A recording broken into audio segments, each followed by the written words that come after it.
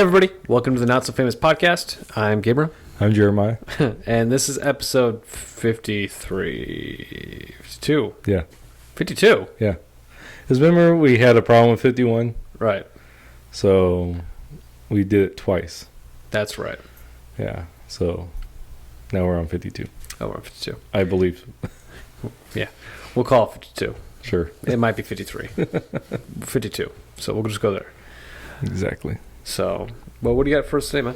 All right. So I got two things. I have election stuff, which just came out yesterday. So this is Tuesday. We're talking on Tuesday, the 1st of December. Mm-hmm.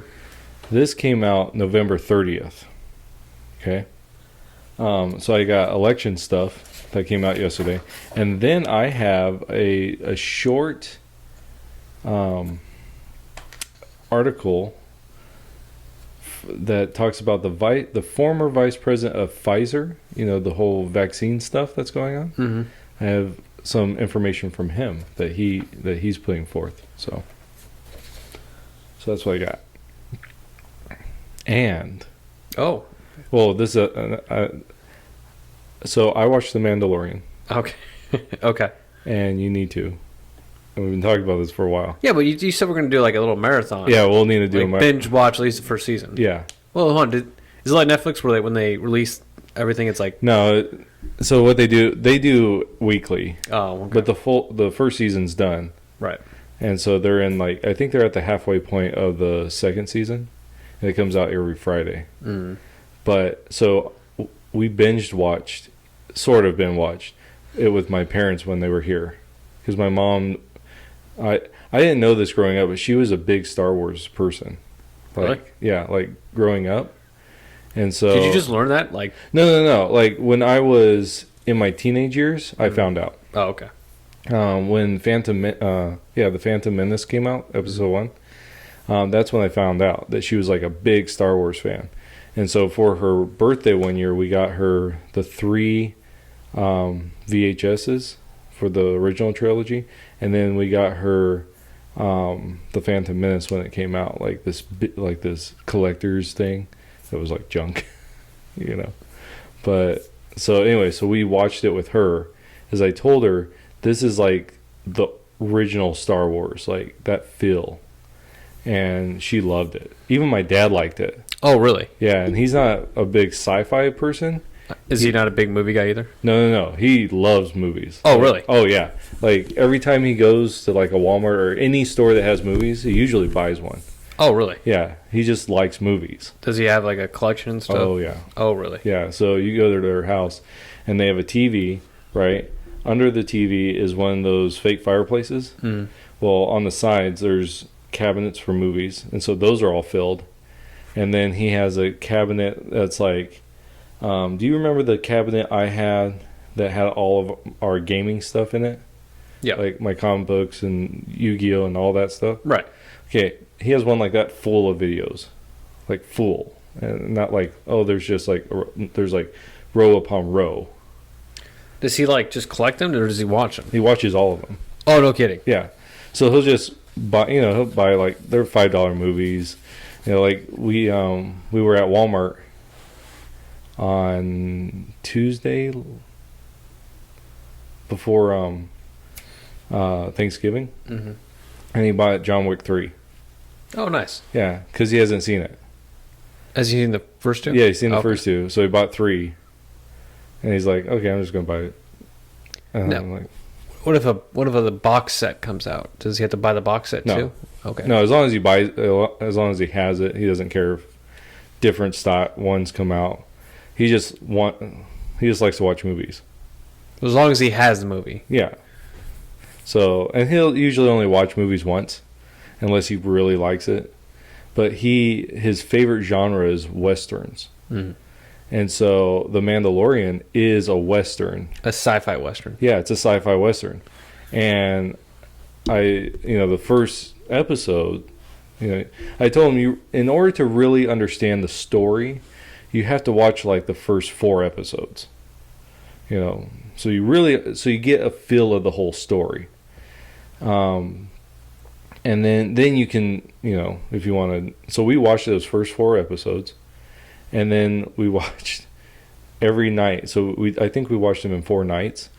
We watched all up to the newest one that came out last Friday. So, and my mom loved it. My dad really liked it too, especially the first episode of the second season. It's a Western, like it straight up Western. And then that's why you like it so much, because you didn't tell me why. Well, no, I like it because it to me it's prime Star Wars. Like seriously, it's like the original trilogy. The way that there's mystery there, like when you first watch the original trilogy, it's a lot about what is the Force, right? Right. You're learning about the Force through these characters, and it's there throughout the whole trilogy, but it's not like in your face. Like the prequels, because the Jedi are fully realized, you get to watch them.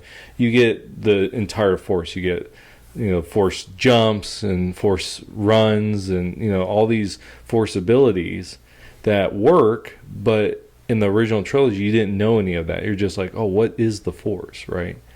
And in the Mandalorian, you get that. It's like there's mystery there. Why is this? Especially, do you know who Baby Yoda is? You've seen that? Yeah, I've seen all the memes for it. Okay, so that is actually a really interesting story. Oh, really? Yeah, because it's a part of it, and it's really kind of this lone gunman type of thing, but he has, that what makes him accessible, makes him more, able to, be killed. He's really good, but because he has this baby, now he is a protector, and so then it ties into his story, and it's really cool. And then in the newest episode, you find out who this child is. Not exactly, but you get to know a little bit, so it ties into the prequels. Right. And it's oh, that's cool, And so it's just, to me, it's good Star Wars. It's not the new Star Wars that they were trying to make with the sequel trilogy. So the Mandalorian was what the new trilogy should have been like. Yeah, it really should have. Who's directing this? So 2 people are the primary, but they have a bunch of different, who directed. Is it the same ones that were directing the Clone Wars? Yeah. Okay. The cartoon. Yeah. So Dave Filoni. Okay. He is the one of the producers, and then Jon Favreau. So Jon Favreau is the guy that started the MCU. He was the director of the original Iron Man. Oh. So he was the one that really, we talk about what's his name, that oversees all of the MCU. Mm-hmm. But this guy, he's the one that directed it. He's the one that really got people loving Iron Man, right? Mm-hmm. He also did Jungle Book, the live-action Jungle Book. And I think he did, I don't know for sure if he was involved in the live-action Lion King. So, but he has a lot of, different background, right? And he's just, him and Filoni, I think, are doing phenomenal. Favreau has the vision, right, of what this is, and so it's really his vision. But Filoni is this is how it all ties in. This is where we can take characters. This is how this planet fits in, and you get Tatooine. You get to learn a lot about Tatooine, through this. Oh, really? Yeah, Mos Eisley. Mm-hmm. So there's another one called Mos Vespa, and then there's another one, Mos something else. And so you get to learn a little bit more about those. You get to learn what some of the stuff that Mos. I forget the third one, but in that one it kind of gives you a little backstory about what happened right after the second Death Star was destroyed. You get to learn a lot about the Tusken Raiders. Really? Yeah. So it's always a mysterious group. Yeah. Yeah, so it makes it some of the stuff, it's interesting. It doesn't take away, like, but you learn a lot of stuff. Like in season 2, episode 1, there's this thing called a crate dragon. No spoilers. No, I won't spoil it. But there's this thing called a crate dragon, right? I'm not gonna spoil anything. Bruce Willis has been dead the whole time. Yeah, Bruce Wayne's Batman. But there's this thing called a crate dragon. Mm-hmm. That was in remember when C-3PO and R2-D2 land on Tatooine and they're walking? There is a the giant skeleton. Yeah, that's a crate dragon. Oh wow. Yeah, and so now you actually get to see what a living one looks like, and you find out that. You don't find out through the show, but if you follow some of the other stuff, like the fan stuff. Is it the same one that died in the skeleton? No, it's not. No, that would have been cool. Because this is like a couple years after the second Death Star is destroyed. Oh, so this is before. So this is between 5 and 6. No, this is between 6 and the new trilogy. 6 and 7. Okay. Yeah, so the second Death Star. But then if you listen. In the original, in episode 4, where I know I'm sorry I'm boring you over there. I had a long day at work. Where Obi-Wan Kenobi comes out, you remember where so R2-D2 is walking off into that canyon thing. Luke comes out, and then I just said their names now. I forgot. The Tusken Raiders. Yeah, the Tusken Raider comes out and it knocks him out, and then Obi-Wan comes out and he's making that sound. Uh-huh. That is the sound of the crate dragon coming out of its den. Really? Yeah. So if you listen in that episode, second season, episode 1, you can hear it. You can hear Obi-Wan, like, his sound and the sound of the crate dragon. Like, it's not the same, obviously, because one's done by a person, the other one's done by, effects, but, by the creature itself. But you can hear that sound. So the Mandalorian really kind of, I wouldn't say it fills in those tiny little gaps. Yeah. And as a Star Wars fan, you're like, oh, that makes sense. Mm-hmm. Or, oh, that's really cool. You appreciate that more. That little subtle details. But all those subtle details, when you have so many of them, really impact the episode. Right. And it fleshes out, like, the world itself. Like, well, it makes you want to watch the previous one because you appreciate that world more. Right. Because you understand where it came from. Right. Yeah. And there's tons of Easter eggs because Filoni, he's like an encyclopedia. So they throw in like tiny things. Like if you're watching New Hope, right? And it's the Jawas come out and they're selling their stuff. And they sell R5. Mm-hmm. It's a red droid, right? And it's coming out and its top blows off. Mm-hmm. In that same episode 1 of the second season, it's the same droid. You see the same droid, and you can see the little scarring from where it blew up. That's cool. Yeah, so it's like those little details, and that's why I think the Mandalorian and the way they're doing things, I think that's the direction they could go. Like they could bring Luke Skywalker and fit. In fact, the guy that plays Winter Soldier. Mm-hmm. Even Mark Hamill said he should play Luke Skywalker. Like, really, he looks. Oh my gosh! Like people just combed his hair. He looks like a young Mark Hamill. Yeah, like you could tell the difference, but like it would be like, oh yeah, that's Luke Skywalker. He would fit in perfect. Yeah, he would look like him at least. I don't know how he would act, but he's a good actor. So The Mandalorian really touches. It's really good for those original fans, and then for new people who just want to watch the show. Unlike the new series, where it didn't really touch new or original fans. Yeah, they tried to. So in the new ones, they try to be nostalgic, right? And they just kind of redid episode 4, right? And fell flat on its face. Yeah, and so in this, it's really like it's nostalgic in the best way. Because it's a new, like you're learning about, you're expanding the universe, right? You do go to new places. So you do go to like another kind of this forest planet type place. You go to a moon that was supposed to be a forest planet, but was like Alderaan. Oh my gosh! So that gets referenced. Oh really? Yeah, and I have a joke because it's not there. Right. So, but they make reference to it. There's a character that she's from Alderaan, and she's asked, like, so you're from Alderaan. Did you lose anyone? And she goes, I lost everyone. And it's like, if you watch that, oh, dude, it hits you. Yeah, dude, that just like that. At least that hit me a little bit. Yeah, just because like I'm like, wow, because when she means everyone. Yeah, her whole like planet is destroyed. Yeah, and because you know what happened, what took place, and as an original fan, you're like, wow, right? You know, and it's cool because you don't hear anything more about it. Right after that happened, you've no reference after that. So that's really cool to get that because it's just like in the back of your head, just you get that little tingle. You're like, oh man, yeah, you know.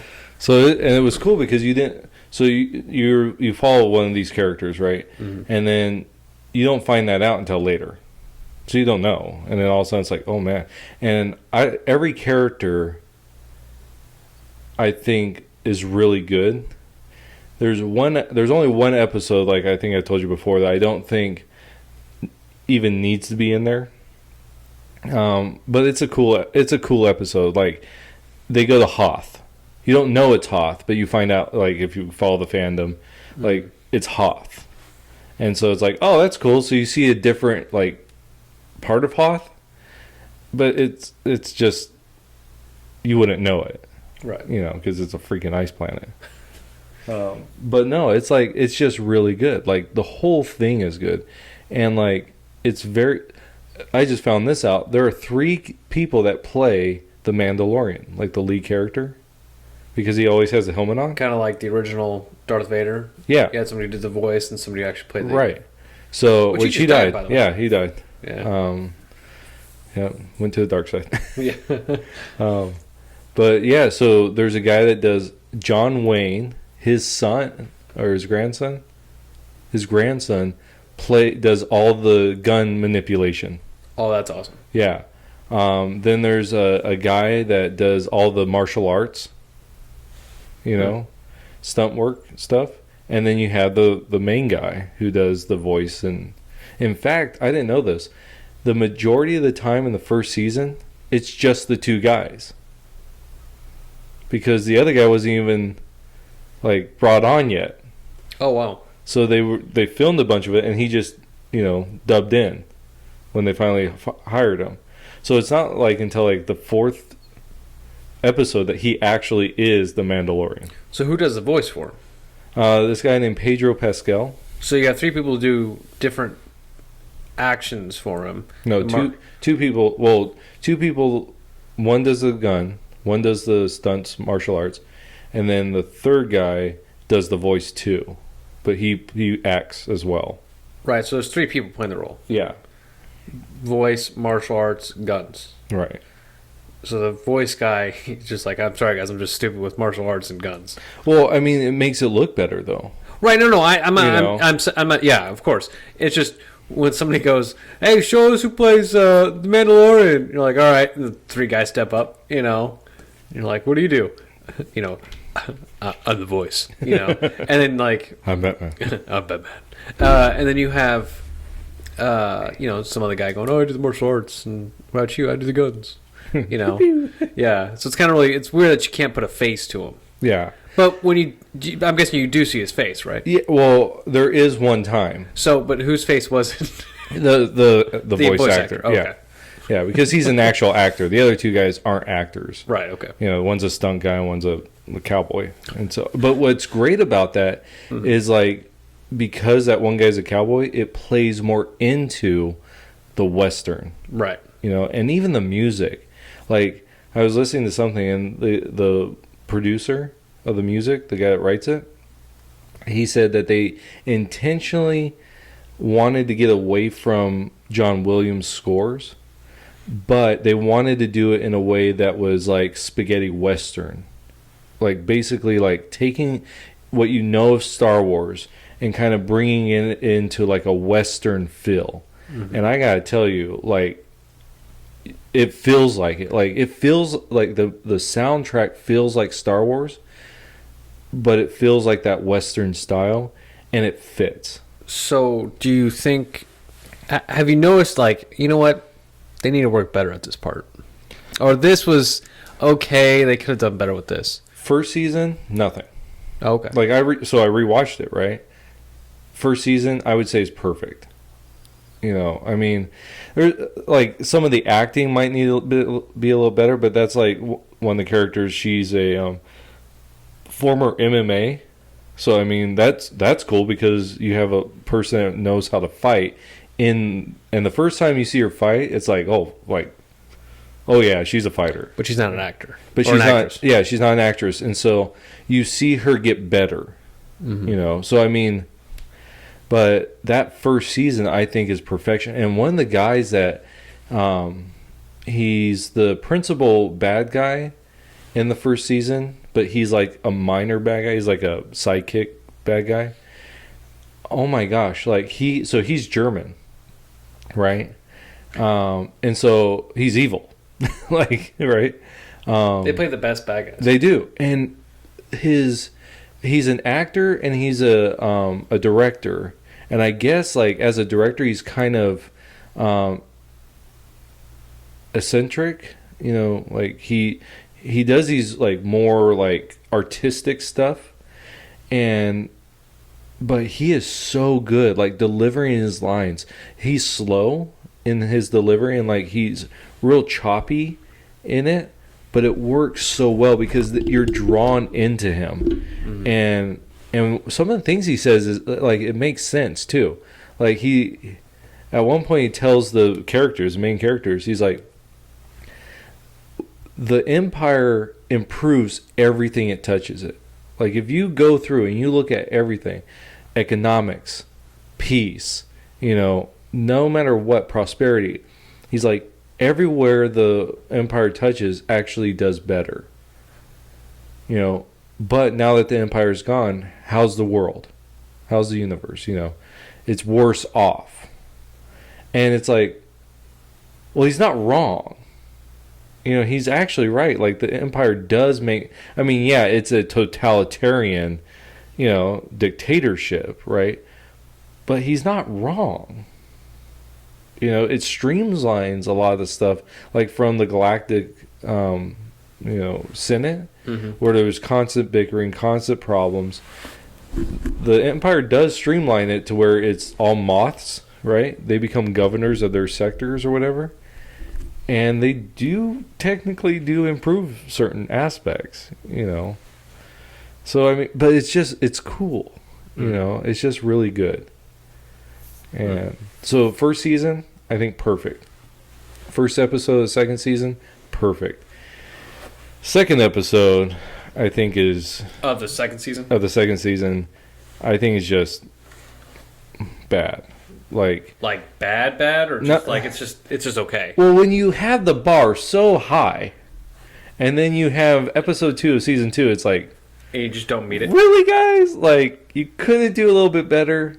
Like, to me, they always have, like, kind of this introduction scene. That one episode was just a really long introduction scene. Mm. And that's all it was. And then it ends, and you're like, well, really, that was it?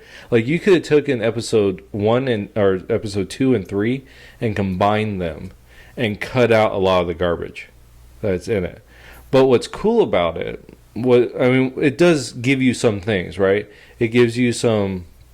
I can't remember the guy's McCory or something like that. He was the original artist for Star Wars. Like, all of what you see, there's original artwork, right? And so there is characters that are in that original artwork that they're bringing to the screen now. So it's cool. It gives, some of that. You get to learn a little bit about the Republic, the New Republic. You get to learn a little bit about stuff. But it's like, you probably could have cut out a ton of that stuff, incorporated the second one, had a really long episode, and it would have been a better episode, And then, so episode 3, again, combine it with that second episode, and now you have, I would say, probably a good episode. But you get to learn about some of the Mandalorians, like actual, because this guy is a Mandalorian, but he is like, they call him foundlings. So he is brought into the Mandalorian culture, where this other one is from the Clone Wars. Like, she is the leader, the rightful leader of Mandalore. And so you get to see her. And what's cool about that is the same actress that did the voice in the Clone Wars. So it's the same. Oh, nice. So it's the same. And then you get into another episode, which is good,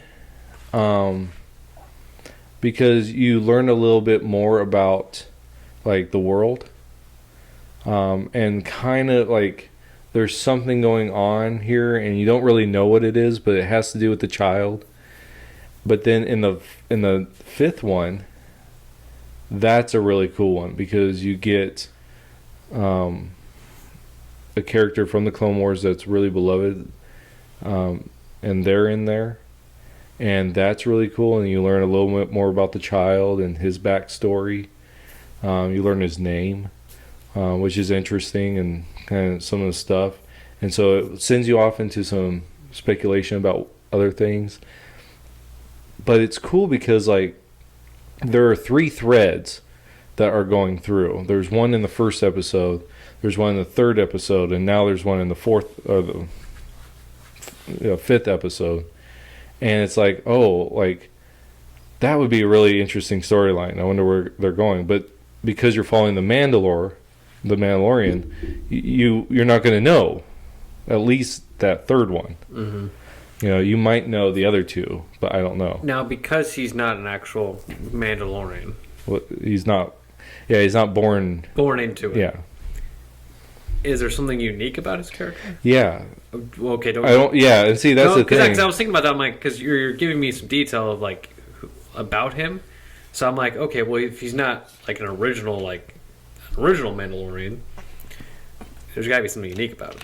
Yeah. But if you tell me he's some Jedi, no. I don't know anything like that but it's interesting because if you watch the Clone Wars and you watch the Mandalorian episodes in those, they say things and they wear armor that if you watch it, you make connections. Mm-hmm. And I was telling the kids, I'm like, did you catch that? Because they watched all the Clone Wars. You know, they watch all those. And Elizabeth, she knows it. You know, she'll be like, oh, that's this. And so we can, like, connect things. So this would... to better understand, I had to watch the Clone Wars then? No. Okay. You don't need to watch the Clone Wars at all. To understand some of these references? No. Okay, so... Yeah. To understand the references. Well, I understand that, but, like, maybe to understand more about him. Well, okay, so if you watch those episodes, right? When they say things, or when you see certain armor and stuff, you'll start connecting it.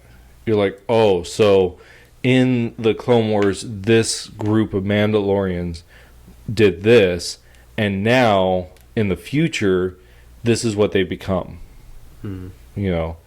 And so you learn about that, and because one of the big things is throughout the whole thing is he doesn't take off his helmet. Like, that's part of his core character. But in the Clone Wars, they do. They take their helmets off all the time. And so you find out why. Like, not in so many words, but they give you a reason why. And it's like, oh, so if you go back there, you see the progression, you see that group, how it progresses into the future, and that's why they do it. You know, like, you can make that connection. But if you never watched it, it just becomes intriguing. Because I feel like, I mean, in the original Clone Army, they were all clones. Right. So they all looked alike. Right. So, I mean, taking off your helmet was like, but that's the clone. You're me. Yeah. Okay. So it's different than the actual. Yeah, not the clones. Just during the Clone Wars with the Mandalorians, because even though the clones were modeled after the Mandalorians, they're completely separate. And so when they touch on those, because I think there's like if you count Rebels, I think there's like 10 episodes, maybe a little bit more than that, of Mandalorian episodes, like centric episodes. And so, but I'm just saying, like, if you've seen those, you can make connections, but you don't need those in order to enjoy The Mandalorian, because it is a self-contained story. It's great for the fan, like you said, the fan that has been a fan and has watched all these things. It's really satisfying. And then for the fan that's just going to come in, it's going to open them up to a whole new, like, oh, why'd they say that? Who is this? Right? And they name drop things. So, Thrawn, Grand Admiral Thrawn. You might not know him. But in the Legends, he was a big character. Mm-hmm. Well, in Rebels, he becomes a big character. And they name drop him at one point. And, if you're watching, you're like, okay, you think they're going to say one thing, and then they say Grand Admiral Thrawn. It's like, if you never watched the shows or know anything, you go, who's that? What's going on there? And so it's like enticing. It's like, oh, I want to find out who that is, because you can. You go back and watch Rebels. I think all of season 4 is about him. So it really piques the interest of the original, or those have been invested with Star Wars, and those who, like, maybe the first time watching, or maybe not really into Star Wars but are watching this. It kind of like it perks their interest. Right. Yeah. If you start liking it, there's so much in there that you can go back and find out the history of. So, yeah, it's just. So I think it's the best stuff. The best stuff coming out of Star Wars. And it's really, they could take this and really explore those 30 years between episode 6 and 7. And they could just wipe 6 and 7, 8, and 9 off the map. They really could, by going down this path. I think that's what they should. They just, Mm-hmm. But I gotta say, they have a Lego Star Wars movie that it's a holiday special. Oh, it's pretty dumb, but it's pretty funny. Like, there's some. Oh, did you watch it already? Yeah, it's pretty funny. Some of the stuff they do. Oh, okay. I saw like a little advertisement for it, and I was like, that looks stupid. It's okay. So I don't know if you've seen the trailer for it. The trailer, I think, is really funny. Mm-hmm. But it's not that funny as the trailer is, because all those good lines are like all the good lines, but they're not as quick as they are. But like, there's one thing, how Obi-Wan says, "Well, hello there." Okay, well, there's a part in it where there's 3 of them, and they all go, "Hello there, hello there." Hello. It's like just really funny. That's pretty good. Or like, there's a Darth Vader scene, and like, because they're going back in time, and there's 2 Darth Vaders, and the guy's like, Darth Vader's like, "Follow me," and his stormtroopers are like, "But you're over there." It's like, no, I'm not. Like, it's just like little things like that. Mm-hmm. It's not like must watch, but it's pretty good. So it's got 7, 8, 9 in it, right? Yeah, I mean, yeah. It's supposed to take place after 9. Oh. So, but like, there's some really like there's a lot of shots like at things, but at the same time, like. So it was enjoyable to watch. Yeah, it is enjoyable to watch. But like, if you start really thinking about, like, you what you have to do is you have to take it and just be like, okay, this is a Lego show. Like, just leave it there. Because when you start thinking about it, like, the whole thing of the original series, or not the original series, but the prequels, where they're like, no attachments, right? Mm-hmm. In this one, it's like attachment. Like, you need attachments, and that comes from Yoda. It's like, that's not right. Like, but maybe Yoda learned something, because he realized attachments may be good, because really Luke had an attachment to his dad. That's why he was able to turn him back, you know. And because of a lack of attachment, Anakin couldn't, you know. That's why he turned, was because he wanted attachment, but the Jedi didn't want him to. Well, and what was it? Luke had attachment to Han Solo's son, right? Yeah. Well, that didn't really turn out well. Well, I hate that though, because I really hated that too. Because the whole point of that is that he saw into his future, and he's like, I gotta kill this guy. We can't have another Darth Vader, right? And it's like, that goes completely against his character, because out of everyone, Luke was like, no, there is good in him. You know, and then Luke's like, yeah, but not this fool. Yeah, he succumbed to the dark side. Right. That's succumbing to the dark side. Right. He didn't do it with his father on the Death Star, and that was a serious position to be in. Instead, and he was already there. Yeah, here's what's the kid, Ben. Oh yeah, named it Ben, right? Yeah. Yeah, Ben laying there, sound asleep, you know, and he's like, "Damn to kill." Yeah. You know. And it's like, really? Now you're going to do it? Right. I don't know. It just that was really annoying for me. Same. I hate the new ones. I really do. Yeah. We have to sit down and we have to watch. You're going to have to sit me down and watch season 1 of The Mandalorian, because I do not like watching movies. I don't like sitting down watching them. I don't like watching TV. I'm not a Hollywood guy. Okay. I'm really not. So, you know, you really have to sell me on it and be like, hey, we're doing this. Deal with it. That's the only way you're going to have me do it. We'll have to figure out a day to do it. Yeah. Seriously, because I'm not going to watch it on my own. Yeah. Plus, I don't have Disney Plus. And I'm not going to buy Disney Plus just to watch The Mandalorian. Right. It's pretty good, though. Disney Simpsons, too. Yeah. But I heard they butchered it all up, though. No, they restored it. Oh, they did? Yeah. Because I thought they were talking about taking out certain things and... Yeah, no, so they don't. And they just... I guess they just started putting, like, little, like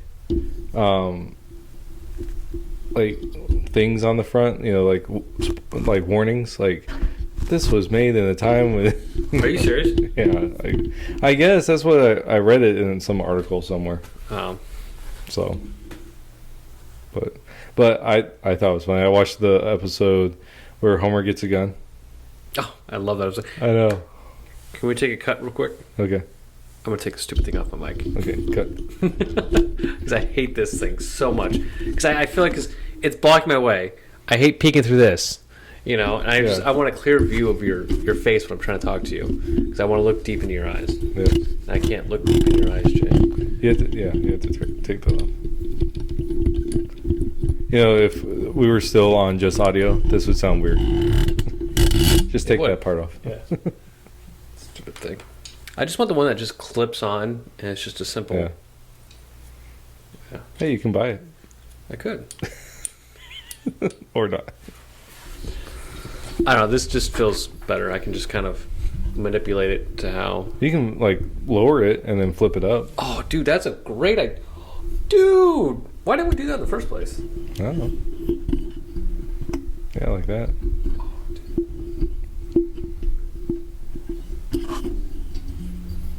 There you go. Oh, look at that.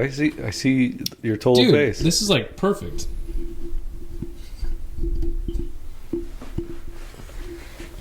Oh man, this is perfect for me. Yeah. Yeah. This is a lot better. What? It looks a lot better. Dude, it feels a lot better, and it feels like, because I can actually see you more, I can actually talk to you. Yeah. Do you want to do it as well? You can maybe eventually. You can join me. It's okay. Go to the dark side. Oh, you're doing it. Yeah. I really don't like it in my face. No, I don't, because it's too much. Yeah. And I'm trying to, like, converse with you. It's difficult. Oh my gosh. I really put this thing on. Oh, dude, the freedom. I guess if it was in a better position, then maybe I wouldn't mind, but I don't know.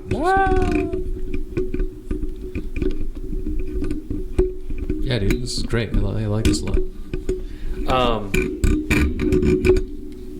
Well, figure out a day when you want to go ahead and binge watch that, and I will do it because I'm interested, but I have no motivation to again watch videos and movies and TV shows. Right.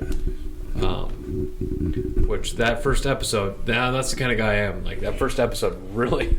I'll take all of it. Yeah, take the whole table, please. Really has to draw me in. Right. And I understand like pilot episodes are sometimes like, you have to at least go to 1 to 2 episodes, maybe 3. But if that first episode doesn't leave me with some kind of interest, I don't want to watch it. Right. I understand that. Are you worried though that they're going to butcher something up in the end? No, I don't think so. I'm pretty confident in what they're doing. Were you confident in Lost? Not after a while. Like after a couple seasons, all the way up until about 3 episodes to the end. Yeah. Well, I think that they're good, just because the problem that I saw with. Okay, first off, to me the big problem with 7, 8, and 9 is with the original trilogy and it's annoying. With the original trilogy and the prequels, it was George Lucas's vision, right? Mm-hmm. Like it was. Oh my gosh. So it was his vision, the whole thing. Right. When you got to 7, 8, and 9, you didn't have one person with a vision of what it was going to be, right? They basically got Abrams, and they said, hey, we just want you to reboot it. You know, because even though it wasn't the best, he does reboot well. You know, get people back on, right? And at least there was things in there where you're like, okay, because this is what I did. All right, I don't, necessarily like everything that's going on, but at least I'm interested. If there's a reason why Ray's like this, right, then I can be on board with it. Turns out there was no reason, like the reason they give was crap, But in this one, they have a vision, right? Like Favreau has a vision of what he wants to do. And what's good is if he can tell a story, because he's a good storyteller, right? They've had like a different director on all these things. Very, very few directors return. Filoni returned, Favreau returned. I think Wakiti something. He did Thor, the third Thor. Mm-hmm. He did 2 episodes. So even though there are different directors, it still feels like a cohesive. Like one director is directing the whole thing. Yeah, it really does. They're all on the same page. Yeah. So it's different directors who are doing different episodes. Yeah. Wow, that's unique. Yeah, and so I guess you can they're putting their own flair, their own kind of like uniqueness to the episode. Right. There's certain things that are different about, different camera angles, different lighting and all that, but it doesn't feel off. But they're all flowing really well together. Right. And so that's what I feel like okay, so the original or the sequels, they had 2 directors really. But there was no this is where we're going, right? So when they started out, come to find out, they didn't know about Ray. Like, they created these characters. They had no backstories for them. They had no, futures for them. It was literally put them into a situation, and that's it. And that's why you got The Last Jedi. That was so horrible, because he wanted his thing. And it's like, when you're doing a franchise like this, you can't do that. Mm-hmm. Even though you might not know where they're going or where they've been, you take what you have and you go, okay, we have to build on this. What he did was he's like, I'm going to take what you did and just shred it. You know? And then in the third one, they have to go, well, how do we fix this pile of crap? You know? That second last one was awful. It was. It was, to me, the worst. We've already beaten that dead horse. Yeah. And I wouldn't mind beating it again. Oh, man. Don't. But you know what I'm saying? Mm-hmm. So there was no vision. Yeah. At least here there's a vision. Mm-hmm. And one of the things I like about Rebels, right? That takes place after Clone Wars? Yeah, it takes place after the Clone Wars, but before... Not Star Wars Episode 2 Clone Wars. You're talking about Clone Wars. I'm talking about... So... The animated Okay, Clone so... Wars, right? Rebels... So, the animated Clone Wars takes place between episodes 2 and 3. And the last 4 episodes takes place during episode 3. Right. Which is phenomenal. The opening, right? No. Episode 3 through the whole movie. Oh, no kidding. Yeah, you could... They did it so it lines up. Oh, really? Yeah, so I'm waiting for someone to take episode 3, take those last 4 episodes of Clone Wars, and somehow just kind of like mesh. Yeah, and then put them in. So you're like, here's something that happened. Oh, and here's what was going on with Ahsoka. You know? And so it kind of, gives you some understanding of what's going on. So Clone Wars really ends with episode 3. Rebels takes place several years after. I think it's like 4 years or something before, 4 or 5 years before A New Hope. So it happens before that. But they said that they're only going to tell a story for that group. Like, that's it. Like, they're not going to shoehorn an extra. So I think they said 4 seasons. That's all we're doing. And that's what they did. So if, like, with Mandalorian, if they're like, we only have a story for 3 seasons, I trust them to do that and be done and then move on to something else. In fact, from what I understand, they're having a spin-off series that might be Ahsoka Tano, which was the Padawan of Anakin. Oh, the female. Yeah. Which I think that'll work.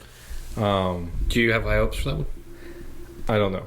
Like, it's the follow-up, from what I understand. It'll be the follow-up to Rebels Season 4. Because it leaves you kind of on this cliffhanger with one of the characters. Mm-hmm. And there's a scene in the end of Rebels that's supposed to take place after, sometime after, you don't know when, but sometime after episode 6. Like, so Rebels happens before episode 4, and then in this kind of prologue at the end of the last episode, it's after episode 6 sometime. And once the war's over, right? Once the rebellion wins, then they go into it just kind of gives you a sense that they're going on a quest to tie up loose ends, right? Which I think would be really great. Which the name drop of Thrawn really fits into all that. Mm-hmm. Which, from what I understand, the Mandalorian takes place before that prologue. So the prologue of Rebels happens after the Mandalorian. You think there's some way they can tie that in, and then, like, at the end, it's boom into the next one? I think so. But see, I think the Mandalorian's going to go this way, and that whole thing goes a different way. But they can cross paths. But it introduces you to something new. So when you're watching the new one, you kind of already have an idea. So I think they could finish the Mandalorian and then start this new thing. It's like, oh yeah, now we're picking up where that one tie-in was, and now we can really see how that goes. Like, I think that, I'm just interested in the whole storyline around the Mandalorian and what makes that so unique. you know. Yeah, I think you're only going to get pieces of that because I think they're going to focus on the child. The Yoda? Yeah. And that's fine. I mean, that's the whole thing I want to know is what's up with at least the Yoda creature. Yeah. So I think you're going to find out a lot more of that this season. Mm-hmm. And I think through that, you're going to learn about... Because that's, like, it's through the baby Yoda that you learn about the backstory of the Mandalorian. Mm-hmm. You know, like, being a foundling and all that. So... Yeah, well, I just want to know, like, the overall, like, what are they trying to get at here? How is this going to be impacting the entire story of Star Wars? Yeah. Through the whole series. Yeah. The whole saga. You know? Right. Because you had, you know, Luke, Anakin, you know, Rey's, sadly, you know, even though as much as I didn't like it, but how each one had a very important part with the saga. Right. Where does the Mandalorian fill in? Well, I think one of the good things about Ahsoka Tano, they really do need to have Luke Skywalker and Ahsoka meet. So what you're saying is like Luke should be in this. If not the Mandalorian, he should should okay. be I'm still the Mandalorian. So, but if they make the new one, Luke should definitely be in it. Yeah. But I want to know. So if the Baby Yoda is the main focus of the Mandalorian, what part does he have in the whole saga? Right. And which would be interesting. Yeah, but I hate the fact that I hate the fact though that 7, 8, 9 has already come out. So how are they going to make him implement him into this? Well, that's thing that. So I have a theory. You have to watch the show, and then I can tell you my theory. Because it would tie into 7, 8, and 9. So you've got me in the mood for it. So it's like, all right, let's watch it right now. I'll be like, okay. Yeah. You got to get me in the mood, man. Light some candles up. You know? Put some fairy mantle on. Exactly. And get me in the mood for the show because I have a theory. I don't really like the theory. And I don't think they're going to go this direction because I think they're going to try to steer clear of the sequels. But it could tie in. It could say, okay, well, here's a reason why this. So do you think the sequels? They're like, all right, 4, 5, 6 Mandalorian for you original guys. For those who are just who don't like Star Wars, you can go 4, 5, 6, 7, 8, 9.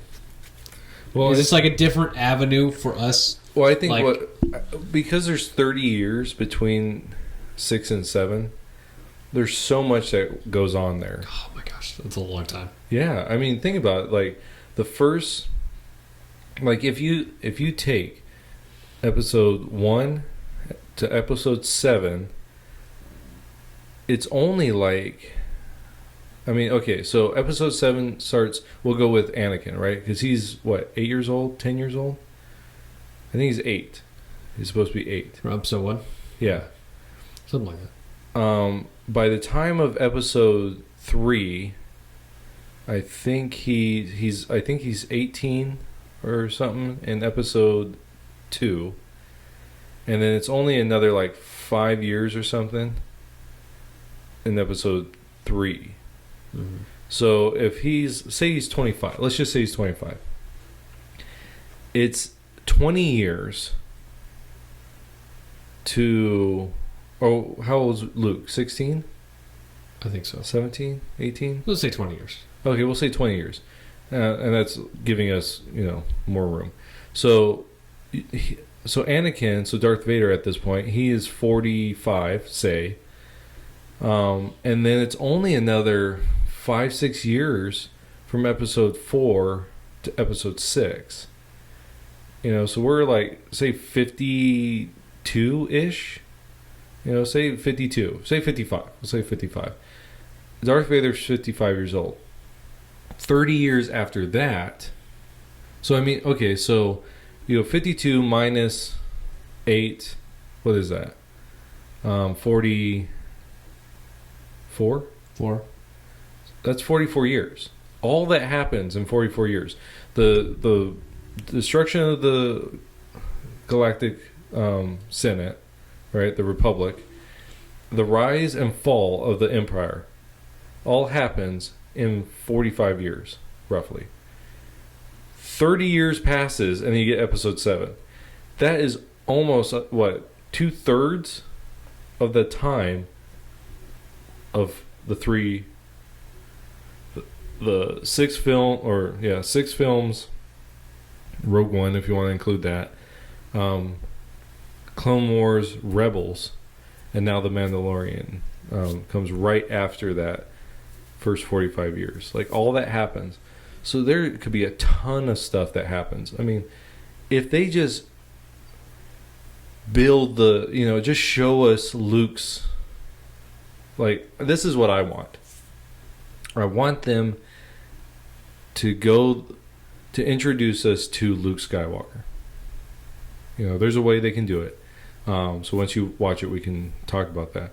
There's a way they can introduce Luke Skywalker, and it can move us into like a bigger, like a Jedi world. So you could do like a Mandalorian where there's not like Jedi and stuff like that. And if there are, they're very like less, right? You can take us, you could have Ahsoka Tano and have a series about her and doing the loose ends, right? And then have a series about Luke Skywalker and how he rebuilds the Jedi and all the things that he had to go through. So from The Mandalorian, they could branch off to a lot of other series. Would you feel comfortable in no, because 7, 8, 9 would actually be the ending of it all. Well, you know what, though? If you had the Luke Skywalker series, you could show why he changed. You know what I'm saying? Right, well, I just want like a different ending. I agree, too. If they just got rid of 7, 8, and 9, I would be happy. But I just want like a story arc that's like, all right, guys, for you original fans and just fans who hated 7, 8, and 9, here's an ending that you guys could prefer. We're not going to claim it's an ending, but we're going to pretend like it is so you guys can be satisfied. I understand that, but they're keeping all of it in canon. So you have to work within the canon. And I think that you could do that. Like, one of the great things about the Clone Wars, the cartoon, is the fact that the whole Clone Wars helped you understand why Anakin turned. Mm-hmm. Like, if you just watch the movies, it's this, he's a brat, right? In 2. And it's like he doesn't get his way in 3. Like, he doesn't become master, or he's on the Jedi Council, but he doesn't become master, so he's really mad about that. He can't love his wife in public.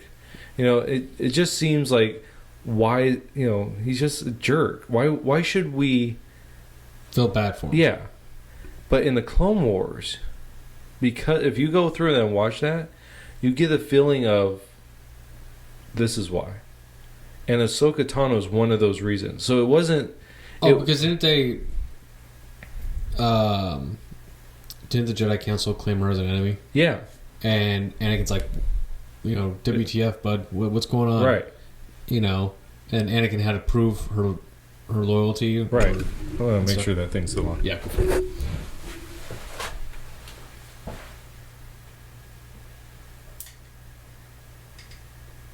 I think it's still on.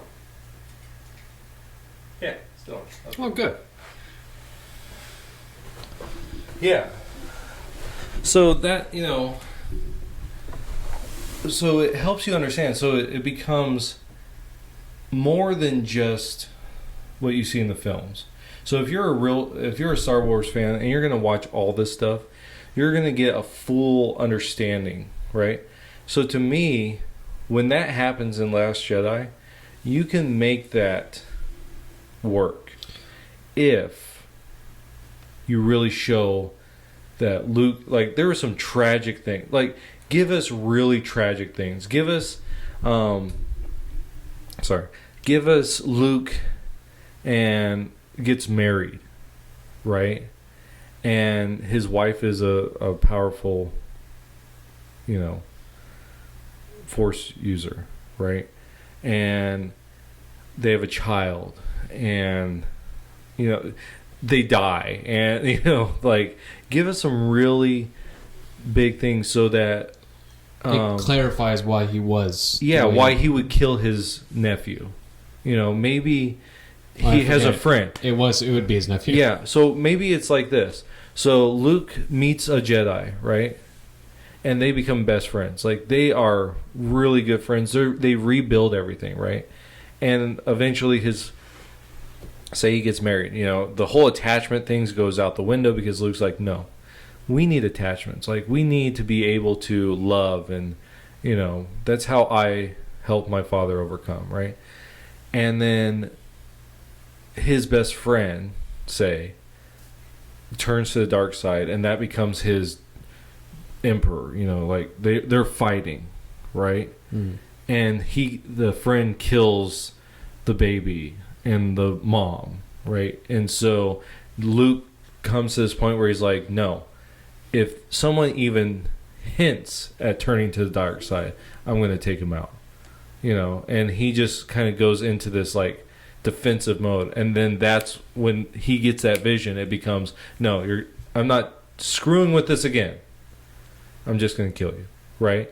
Like, then it's like, okay, now I understand why Luke would do so, because of all this tragedy over the last 30 years. That at that moment it makes sense. You know what I'm saying? Like, they could use it to make those make sense. You know, maybe Luke finds someone that he encounters a dyad in the Force, right? Because that's what they called what's her name? You know, Rey and Ben. Maybe he encounters one, and he's like, "How? This is something," or he discovers a Jedi text that talks about how tells a story about two Jedi or two Force users. You know, one's a dark side user, one's a light side, and they were dyad, and you learn about what a dyad actually is, and then it makes sense who Rey is and Ben is, you know. So that's what I'm saying. You could use another series to make those make sense. Now, is it the best? No, but Clone Wars, the movie, wasn't that good, you know. No, it wasn't. Yeah, so I mean, at least it will help things make sense, and they could massage the lore to help you as a fan go, okay, I don't like it, but at least I can understand, you know.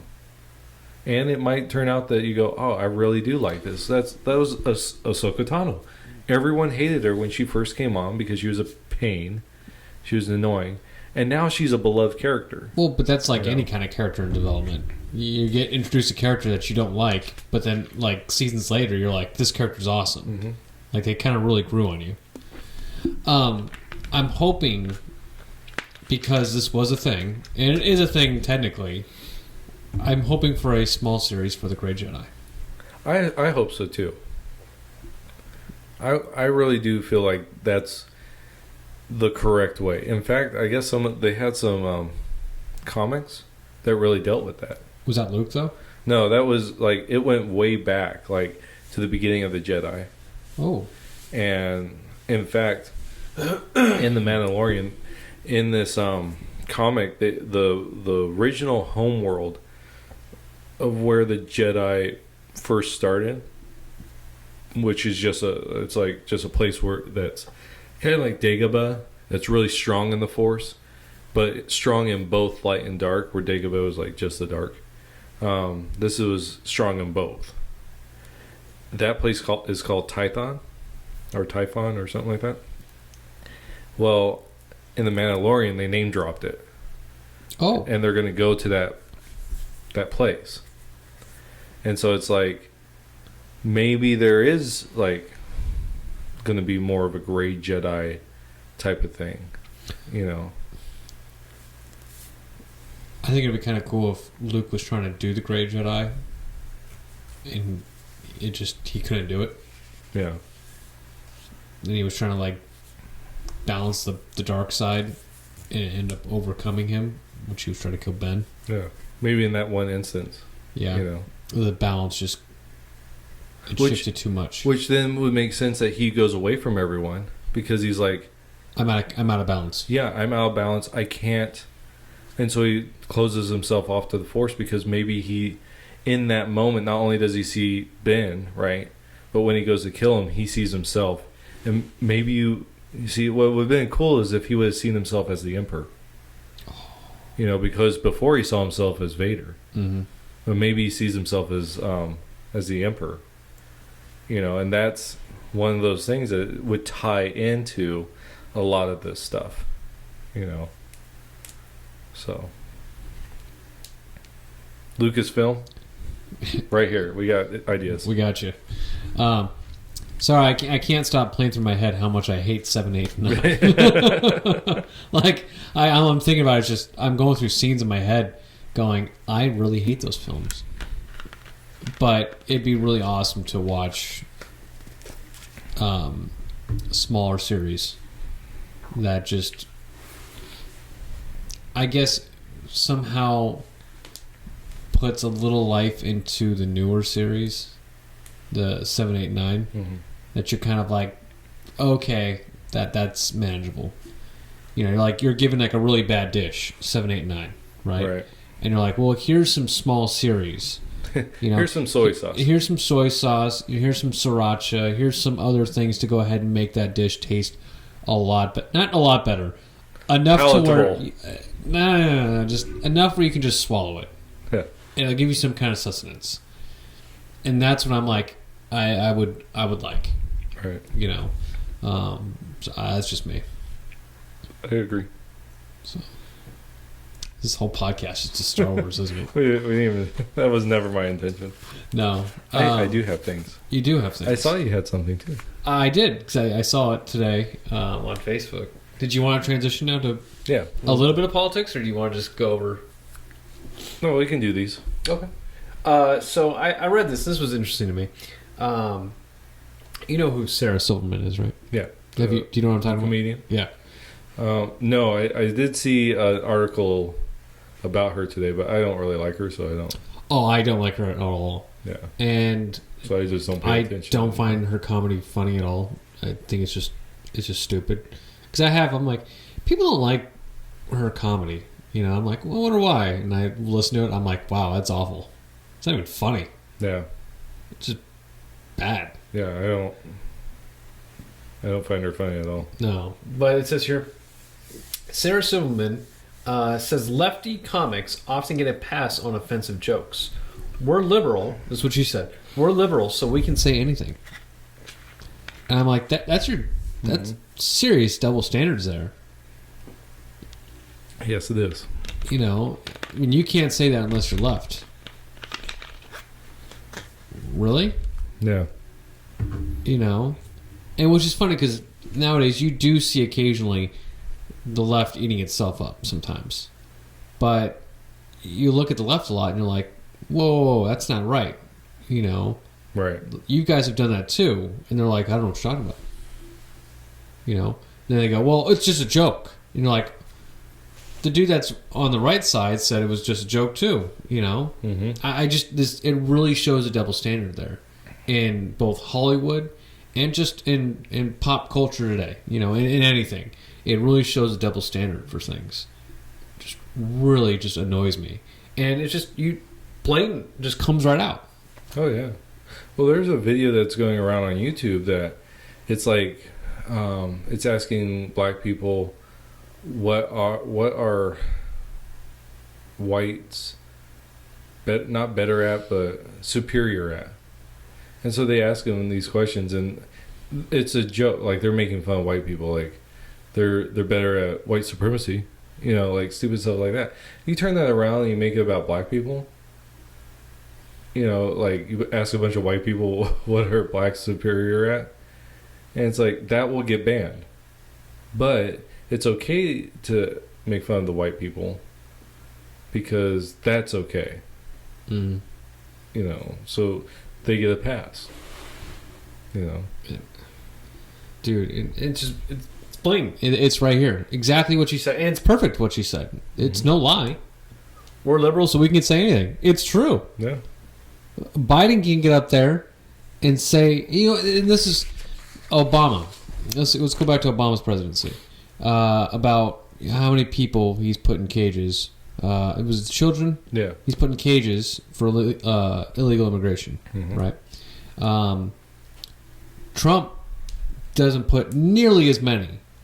But they go, well, we don't care about Obama. But Trump, though. But he put more people in. Well, we don't care about him. Trump, though. Well, Obama deported more people. Yeah, but no. He's left, Jay. Yeah. And so it's okay. Yeah, it's okay. And are you guys serious? Well, this is propaganda. That's what propaganda is, right? And this is where injustice comes from. Is when you start saying, well, it's okay for some, but not for others. Mm-hmm. It's okay for us, but not for you. It's really that joke where they're like, you know what justice is really? It's just us. That's a fantastic way of putting it. Yeah. And so that's what this is. Mm-hmm. It's justice because just we can say it. You can't say it, but we can. Mm-hmm. Yeah. And she did a comedy sketch with the whole blackface thing a while back. And all these. I mean, not Jimmy Fallon. What's the other guy? He used to be on the Man Show. Oh, I can't think of his name. He's Jimmy Kimmel. Jimmy Kimmel. Yeah, he did blackface a lot. He did Oprah Winfrey. He did what's his name from the Jazz. He did tons. But because he's on the left, he gets the pass. Mm-hmm. He has some tears. He's against guns, and so he's okay. Mm-hmm. It's cow patties. Yeah. Which, on a side note, I'm going to close this now because I want to talk to you about something. Because you told me about this. You're like, hey, do you like Black Rifle Coffee Company? Oh. That same day, because I came to church, and I think it was right after church, right? Or was it yesterday? No, it was yesterday. It was yesterday. It was It was after I woke up after 10 o'clock or something. Yeah, and you're like, hey, do you like, or have you... You just said, do you know Black Rifle Coffee Company? And I was like, yeah, man, I just wore their shirt yesterday. Like, you didn't see me wear my shirt? And like... I did. Well, you told me they donated money to the Biden... a left-leaning organization that supports the DNC, right? Yeah, the CEO... I can't remember if it's Matt Best. I think Matt Best did this. I can't remember which it was what, But Matt Best, he's not the CEO of the company, I don't think. No, he's not. But Matt Best said that he donated to Obama on a dare. Is that you? That's me. Okay. He donated to Obama on a dare for $500. He donated $500 to Obama. Or no, not a dare. He lost the bet. Oh, right. It was at the range, right? Something like that. I saw something about that where it was at the range and he did a bet. It was like a funny video, but I'm wondering if some of that was kind of true. But he lost a bet at a range. I guess somebody beat him, and he had to donate money to the... Yeah, but you know what? Okay, first off, 2A, right? Obama's anti-2A. He doesn't, guns for thee, for not for thee. Right? For me, not for thee. So, if you're going to make a bet would be something like this.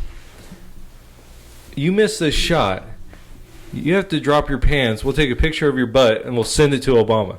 That would have been pretty good. That's a bet. Yeah. Not, hey, you missed this shot, you got to donate $500 to Obama.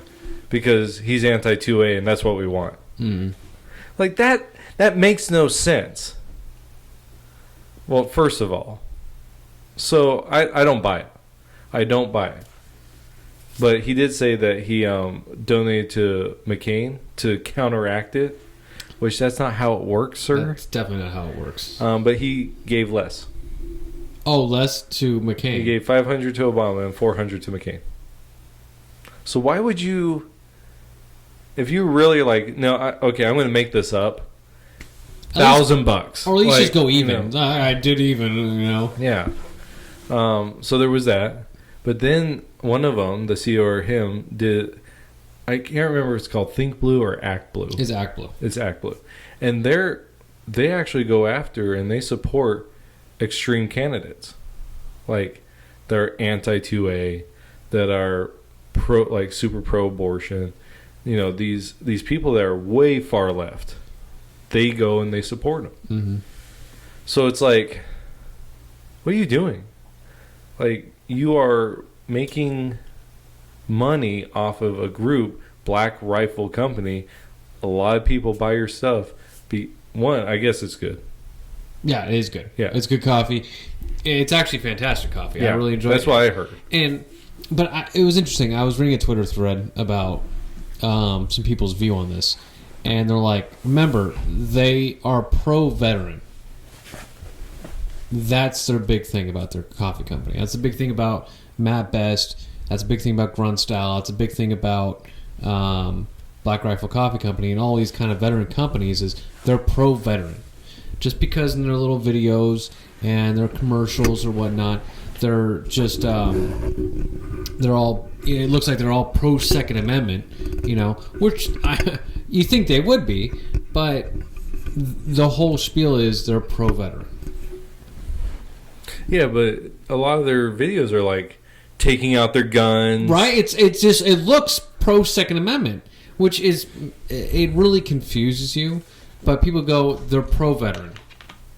That's the main focus of their company. And I'm thinking about that going, yeah, you're right, you know. But even Biden and Obama wasn't even pro-veteran. Yeah, not really. Not really. And so I'm just kind of like, this things are just adding up. Right. You know?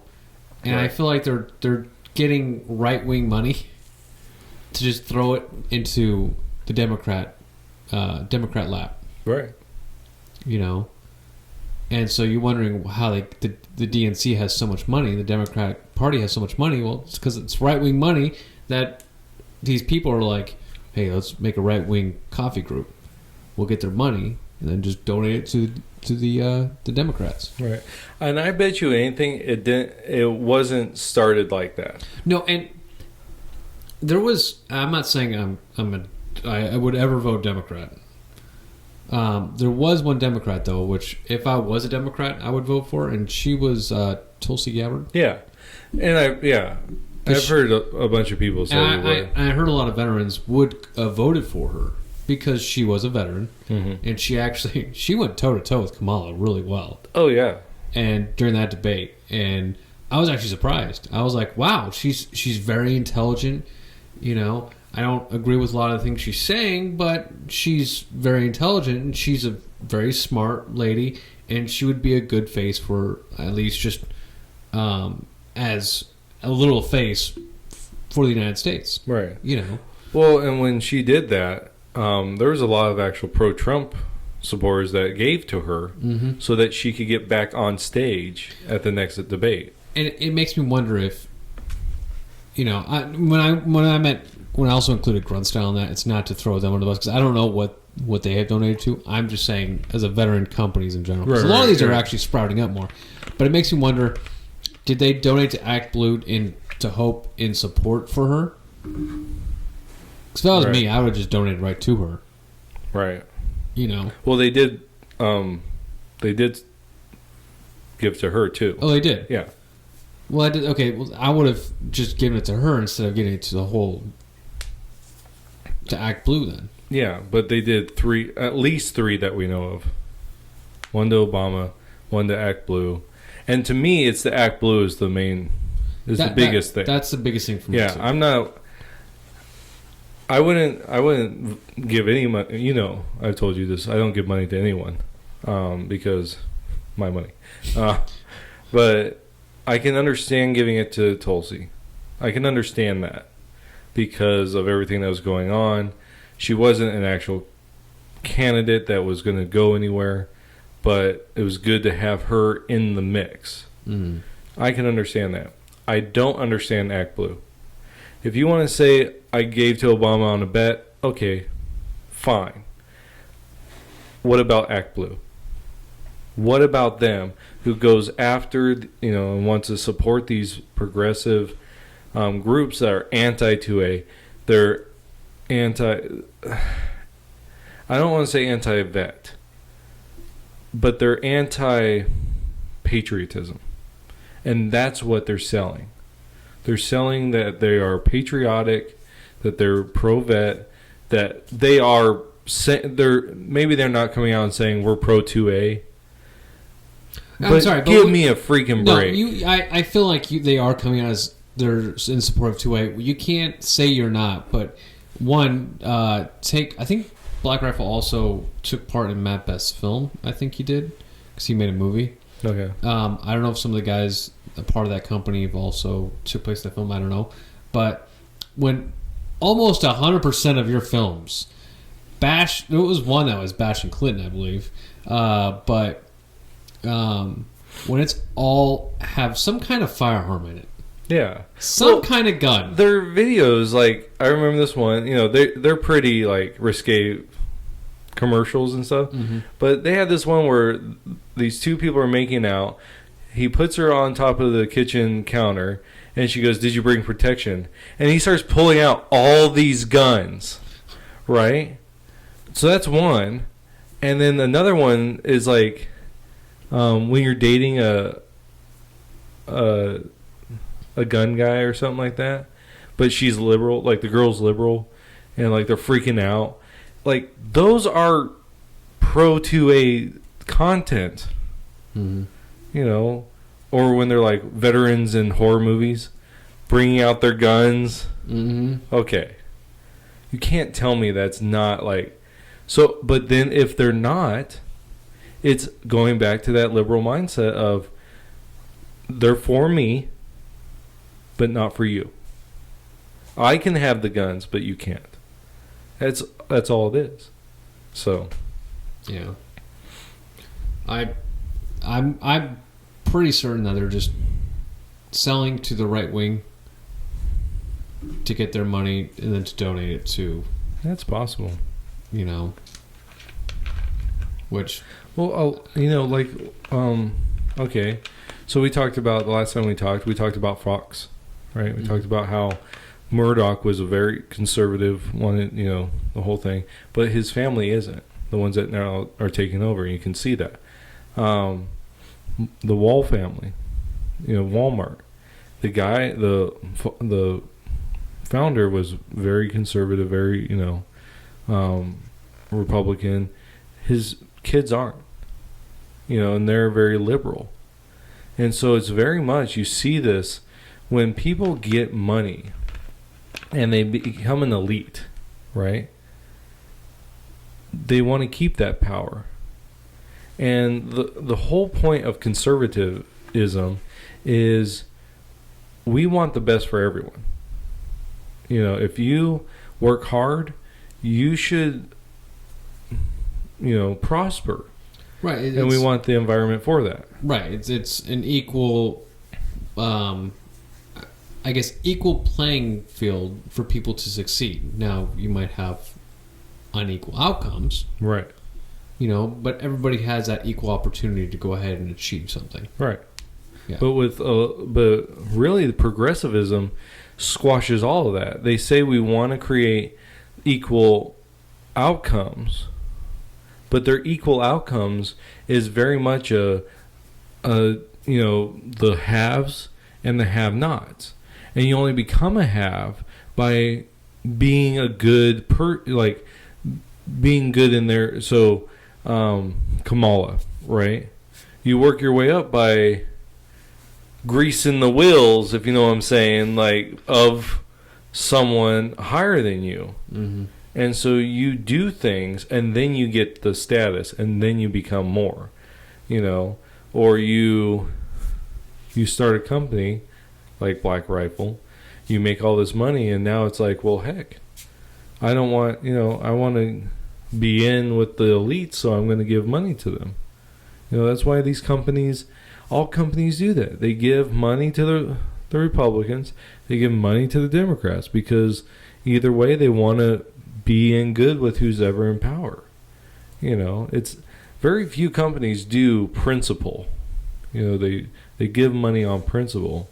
That's why I just don't give money to any of them, because I'm not giving you my money. Well, right. It's just like all those kind of like organizations that are like used to like help homeless and sick children and stuff, and you kind of wonder how much money am I donating that actually goes to that cause. It was funny. Somebody actually put well, it's not funny. It's sad. Somebody actually made a chart of how much your actual donations go to that specific cause, and it's actually crazy how many like these big organizations really don't the money that you give doesn't really go. Did you hear about anything. Did you hear about that Black Lives Matter stuff?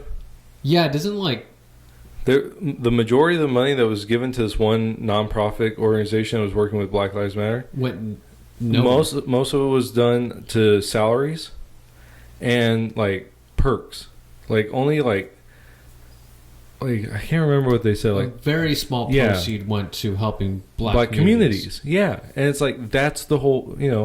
Goodwill does that. Calling out some names. There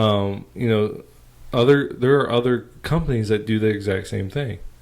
That's one of the reasons. Like for our church, the pastors get paid very in the grand scheme of things very little. And that's one of the reasons why we can have two pastors. For our budget, for our church, there are other churches are in our budget that only have one pastor because they pay them more. We pay our pastors less so we can have two, so we can do more work and have money for other things, other actual ministry, so that more money gets reinvested into the ministry rather than into a pastor's pocket. Because I got to tell you, I can be making a lot better wage, if I was the only pastor, and no one would actually. I've talked to other pastors. They're like, yeah, no one would knock you, But to have another pastor to do more work, we pay our pastors less, And there's actually a very small difference between the youth pastor and the senior pastor in our church, as far as monthly pay. Wow. In fact, I haven't technically, my pay has not changed since I've started working here. Wow. It's been the exact same for 13 years. I would say 11, 12 years. Yeah. So, but there are companies that don't do that, right? That they take the money and very little of it goes into the actual work, Well, I'm very disappointed, and I don't know. If that's what they're doing, I hope their company fails. Well, yeah, I would like some explanation.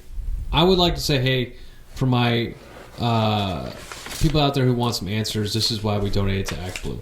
Right. And I'd been like, okay, well, I appreciate your honesty. If this is why, well, I'm not going to purchase from you, but at least I'll respect your company. I won't. You're right. I have a really hard time swallowing this right now. Yep. Just because it's... I don't know. You can't be pro-Second Amendment or showing all these Second Amendment-like videos in a company full of patriotism and, America. Let me say it with more... America. I mean, you can't have a coffee company like that and so proud, veteran company and support a socialistic agenda. Right. I mean, it's totally ass backwards. Yeah. It really is. You want a coffee mug? No. You want a T-shirt? Nope. It was my favorite shirt too, man. It is a nice shirt. Yeah, the logo's cool. Yeah, you see me wear it all the time. It's I think it's AK Espresso in the back. I love it. And now I'm getting rid of one of my favorite shirts, man. You know how hard that is? I wear it almost all the time. I'm sorry. Dang it. I swear, if Grunt Style comes... I'm wearing a Grunt Style shirt right now. Yeah, I was going to say. If something comes out about Grunt Style, I'm done with veteran companies. No. I mean, Well, so we had talked... What? Oh, I don't even buy Levi's. And Yeah, I don't... Somebody bought... I think I'm wearing Levi's right now because someone bought me them. But... yeah, I don't buy Levi's I buy Wranglers. Because Levi is supporting anti-Second Amendment group. Yeah.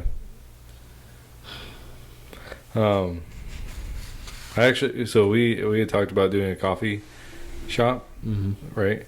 And I want to do, if I ever do a coffee shop, I want to do a coffee shop and then have a gun store right across it.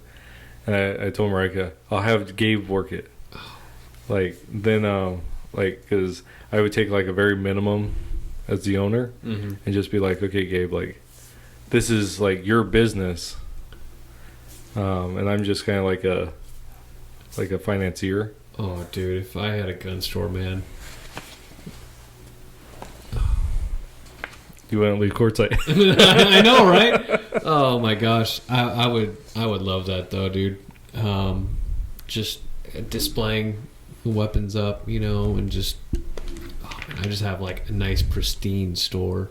It's just you walk in, it's just eye appealing, eye catching. It's like that first time you walk into Cabela's, and you're like, whoa, Right. But you realize there's only like a small section for guns. Yeah. That's pretty big. It's pretty big, but compared to the whole store, yeah, there's the small gun section over there.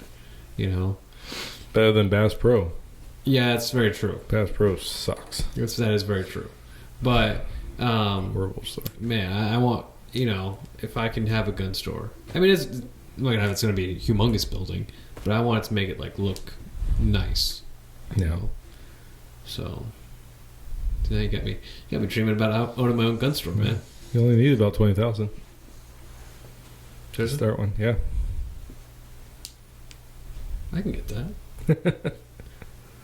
I could work 1 year at a certain store. Have the money. Dude, I can do that. You actually have me thinking now about making me... I looked it up. They suggest like 20,000 to start. Dude, in the current times we're in right now, we would be selling so many guns and ammo. Well, the problem is getting it. Oh, that's crap. Is actually getting the stuff. Yeah. Dang it. How do the criminals get theirs? The black market. Yeah. A lot of high points.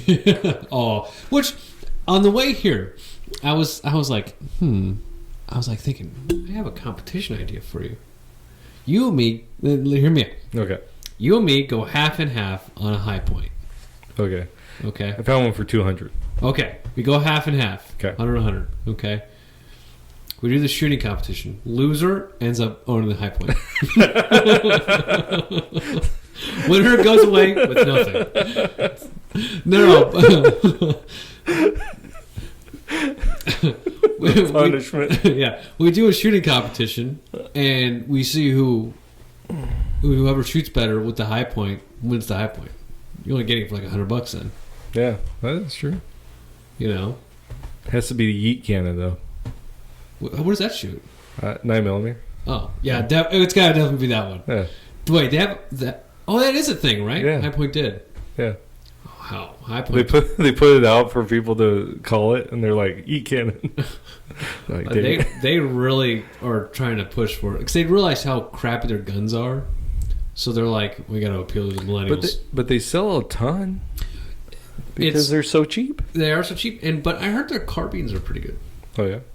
Well, I like on Demolition Ranch, like he wrecked that thing and it still worked. Anyway, I wonder if it's like the AK pistols.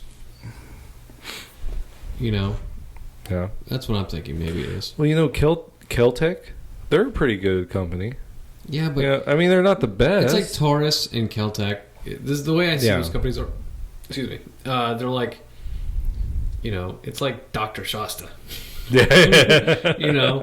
can get yourself a Glock, or you can get this Glock, like, Glock Light, a fake, Glock Light, or like your fake Glock, a flock, What the flock is this? Yeah, like, is that a Glock? No, it's a Taurus. Because I've seen a lot of those. I'm like, oh, cool. Is that a Smith & Wesson 500, or it's whatever. Right. Like, no, that's a Taurus. And you're like, oh, couldn't afford a Smith & Wesson. I said that to people before too. You poor. Yeah. Oh, and I'm like, you decided to go with that, a Taurus, instead of the actual, like, a decent, like, I'm not saying Taurus isn't a bad company. No. But, if you have the money to buy Coca-Cola why are you going to buy? I can understand that, but if you don't have the money to buy Coca-Cola, Well, then yeah, it's fine. You know, yeah, but why buy the fake soda? Not the fake soda, but the off-brand soda. If you can buy, if you have the money and you like Coca-Cola, right? I can understand that. To me, you're setting up yourself up for failure then. Yeah. But I really want to shoot a high point because I haven't, and I really want to just try it out. So, guess what I shot last Friday? You can? No. Oh, the Moisen. Yeah, I finally shot it. So every Friday after Thanksgiving, my family comes down, and then the Friday after we go out and shoot. And I shot the Mosin. How was it? It was really nice. Really? Yeah, it shot high and up. Yeah, so it's high. It shot. Okay. No, it shot high and up. Yeah, high and up. I was saying high and to the left, but then high and up. No, it was so. If this is I'm pointing at the cap, right? I had to shoot below the cap to hit it. So, but Marika shot it. How'd she like it? She liked it. Really? Yeah, except like the bolt action. Because she put it up, she shot it. She let go and she tried to shoot again. I'm like, remember, it's a bolt. She goes, oh, that's right. Because we don't have, she's never shot a bolt action rifle. Mm-hmm. And so she, and then it's like a hard, like when nothing's in it, it's real nice and smooth. Once you get a bullet in there, it's like you put it up and you got to slam it to open it. You put it in and you go back and you have to slam it back in. So it's really tough. And so, but she shot the first 4, no problem. Wow. And I told her, because she never wanted to shoot the AR. Because she's like, no, it kicks too much and all that. But she shot this. She's like, oh, wow, it wasn't too bad. It actually didn't kick as much as I thought it would. Really? Yeah. Like, not even close. Wow. My dad's 308 kicks a lot more than this one did. And I'm like, the AR kicks less, And then she actually told me, because we do that front sight. She goes, I wouldn't mind taking a rifle course. And I'm like, you know what that means? We have to buy another rifle because I only have one that you can shoot. And what'd she say to that? No. She's like, we can borrow one of your dad's. I'm like, oh. Then tell your dad to say no. Yeah. Tell your dad to say no. But the scope of my dad's is huge. Oh. It's like that long. Like, it's a huge scope. Why does he have a scope that big? Does he go hunting? No. Then why does he have a scope that big? No, he takes it out. I'm like, that's a huge scope. Well, it's kind of one of those things like, why do you have a 20-round drum to your 12-gauge shotgun? Because I can. Yeah. Welcome to America. America. You commie. Yeah. Yeah, it's just funny because it's like a whole barrel length. Well, you got to tell your dad, say no. Just say no. Just say no. That means I have to get a new one. Well, you know what I want to do? You know how I have that Blackout 300? Mm-hmm. So I have the lowers, right? 300 Blackout? 300. What did I say? Blackout 300? Yeah, sorry. But I have the lower and the upper, right? And all I need to do is just change out the upper. So I could just buy like a full upper and 5.56 223, and then just put it on that. That's probably what I'll end up doing. That's like $300 or something. Just buy a lower. No, I have the lower. I just buy the upper. The handguard and the. Oh right. Oh, because you can't do 300 Blackout up front sight. That's freaking expensive, man. Oh, that's yeah. So I'll get a 5.56 223 barrel. Buy a high point. Yeah. But I figure if I buy a 5.56 223 barrel, then I can finally have a 5.56 barrel. Mm-hmm. And then we'll just use 223. That way we both. That's one of the reasons why she got a 9mm in the first place, is that we just buy all of the same together and then we just use it. Mm-hmm. So I think we'll just probably do that. But Still got to take you guys up there. Oh, front sight, yeah. Yeah. 'Cause that's freaking fun. I miss shooting. Yeah. I was surprised I got out there on the range. Like riding a bike. I did pretty good. We, so our neighbor, he let us borrow 2, what are they called? Targets, both metal. Oh, steel targets? Yeah. So one is rated for pistol. Mm-hmm. The other one's for rifle.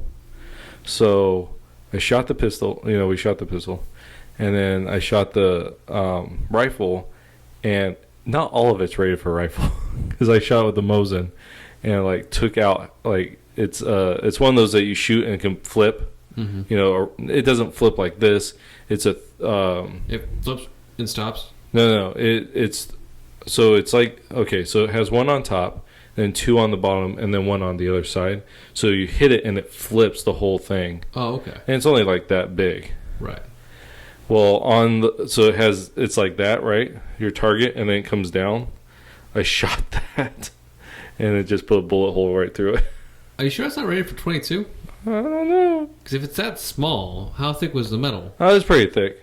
Oh, was it? Yeah, it was pretty thick. I shot the target a couple times. But it went right through? No, but on where it connects. Oh. That's where it went through. Oh. But then, so on the other side, right, we had the pistol caliber, and those actually, they flip, right? So my parents, they get out their ARs and they shoot at that. I'm like, what are you doing? Stop shooting at that. And so they, one shot, like, almost broke the thing. Oh my gosh. At the top. And I'm like, guys, like, you're not supposed to be shooting that. That's only rated for pistol. They're like, oh, I'm sorry. Like, now I got to take it back. Right. So my mom bought 3 of those. One for me, one for her, them, and then one for the neighbor to replace it. But the neighbor's like, no, it's fine. I'll fix it. And I'm like, oh, sorry. I didn't tell him it was my parents. Yeah, parents. But usually you've been like, usually it probably was expecting you to say, yeah, sorry, man, my kids. Yeah. Trying to teach them how to shoot. And it's like, no, it's my parents. Which both Izzy and Elizabeth both shot the 9mm. Shot mine. Nice. No, shot Marika's. They shot Marika's 9mm. How'd they like it? They actually did really well with it. Really? Yeah. They a little nervous with the kick recoil and stuff? No. They shot because I let them shoot. They can shoot. I have a 22 pistol, 1911, and an AR-22. Mm-hmm. And I tell them, you guys can shoot that. That's the ones that you guys can shoot. You have to load them yourself and everything. So they did that, and then they both asked, can we shoot your gun? I said, well, let's shoot your mother's gun because it will fit better in your hand. Mm-hmm. And so they both shot it, and they both did well. Nice. Yeah. I think if Elizabeth, practice, she could do competition eventually. Oh, wow. Like, she has a natural affinity for guns. So either she's going to be, in a competition shooter. Or a hitman. Yeah. I mean, that's it. No other.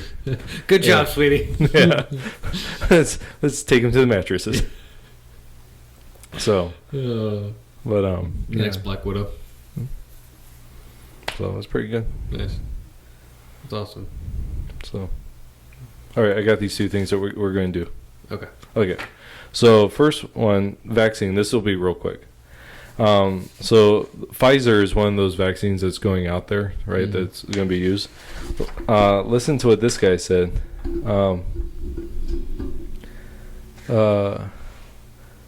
According to an article, okay. So this was done by, I don't know where this came from. Doesn't even say. Oh, it's from a National Health Web Desk. Okay, so this is what it says. According to an article published in Lockdown Skeptics, Dr. Michael Yeadon, who is the former vice president of Pfizer, the pharmaceutical company, says there is absolutely no need for vaccines to extinguish the pandemic. I've never heard such nonsense talked about vaccines. You do not vaccinate people who aren't at risk from a disease. You also don't set about planning to vaccinate millions of fit and healthy people with a vaccine that hasn't been extensively tested on human subjects. So, and then he gives like, you know, this thing. And in chart 1 it shows like the full-blown pandemic, and it's 93%. So it says 93%, right? Mm-hmm. Susceptible, and then the infected rate right there at 7%. And so that he says that's an actual pandemic where everyone's susceptible to it, you know. But he says, but when the pandemic is over, this is what we're seeing, right? So this has it as 32% are infected, 30% have prior immunity. So if they encounter it, they're immune already. Children under 10 are way low in getting it, and only 20% are actually susceptible. So when you're about 50% of this, so only 20% of the population is saying is susceptible now. So you just don't vaccinate. He's saying at this point, there's no need for it. Yeah. When a quarter of the population is just not even susceptible, and that's it. Yeah. So what he's saying is half the population about is immune to it already. 32% of the population that's infected right now will be immune, and a small percentage that will die. Mm-hmm. You know, but the majority will not, because it's like a 99% survival rate. And he says only 20% of the population is still susceptible to being infected. So you don't vaccinate everyone. You only vaccinate those people that are in need of it.